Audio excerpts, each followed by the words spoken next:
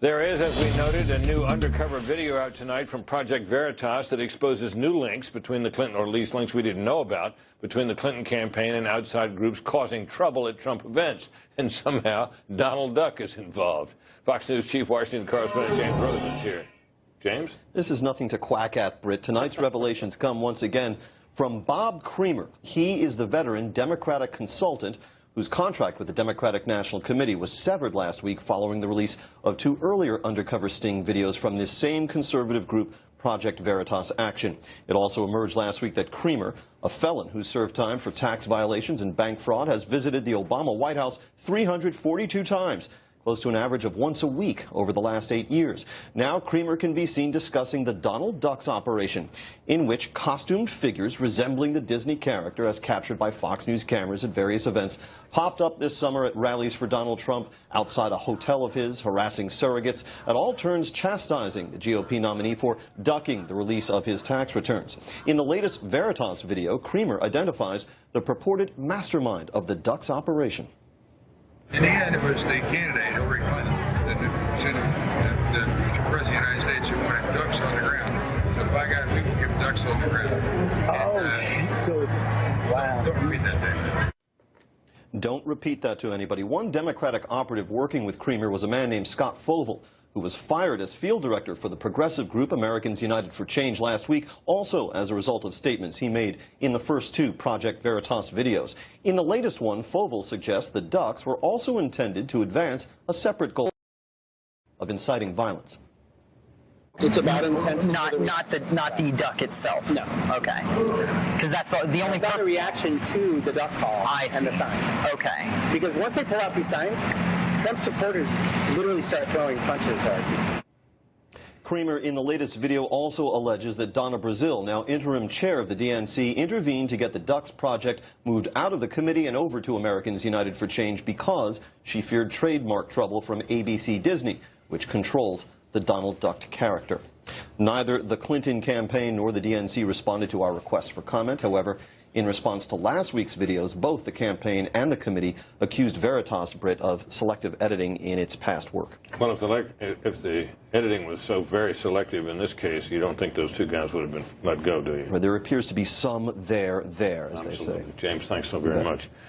The Clinton campaign has tried to paint Bob Creamer, one of the Democratic operatives in the video, as a peripheral figure, but there is, as James has noted, evidence suggesting he was certainly more than that. Our nightly political panel is here: Guy Benson, political editor at townhall.com, and Susan Ferricchio, chief congressional correspondent for the Washington Examiner. Guy, your thoughts about this and what it tells us? I mean, it's a little hard to get too worked up about something that deeply involves Donald Duck, but I guess, you know, this is where this bizarre campaign has taken us. It's 2016, Britt, so of course we're discussing Donald Duck. This is very important. The underlying issue is, was there a crime here? Was this a violation of federal law, which there may have been? I think we need more info on that, but it certainly doesn't look good on the tape. Which law would that be? Well, the coordination, how you have outside groups being not allowed under federal election law to coordinate with the campaign, and if this is Hillary Clinton, clearly the campaign, the embodiment of the campaign, directing outside groups to do things, that's not permitted. So that's the legal issue at stake. And then there is the secondary issue of this guy Creamer, who's now gone, and you make the correct, he and Fovel are both gone. So if this was totally selectively edited, they seem to fall on their swords or get fired awfully quickly. He was at the White House, as James just reported, roughly once per week over the course of the Obama administration. Right. Yeah, that is really interesting, even for the husband of a congresswoman. We should mention what the White House says about that is that he was, first of all, the husband of Democratic Congresswoman Jan Schakowsky from Chicago, and that he would therefore be cleared to come to the White House as a spouse of a sitting member of Congress, and that the events or the occasions of his visits were large events in which a lot of people were present. That seems a little difficult to imagine that there could be so many large events to add up to 342 visits, and we know there were some 40-some at which the president was present. So the question arises, you know, is it a plausible explanation that he was there and he really wasn't involved with the White House at all? What do you think, Susan? Not for all those visits. You know, if he'd only been there 10 times or whatever, because remember, we go through those White House logs back when there was a question about how often the IRS commissioner was visiting. And That's a lot of visits to just be there as the spouse of a congressperson, or the Easter egg roll, or whatever else they come up with. Clearly, there was something else going on there where he was doing business in the White House. Yeah, and if you think of the number 342, I mean, that's almost a one whole year's worth of visits to the White House. That's a lot of visits. Let's not pretend that he's an average run-of-the-mill spouse of a member of Congress either. He is a well-known, long-established hatchet man for the Democratic Party. He is a practitioner of dirty tricks. That's what he did. He went to prison at one point for unrelated fraud.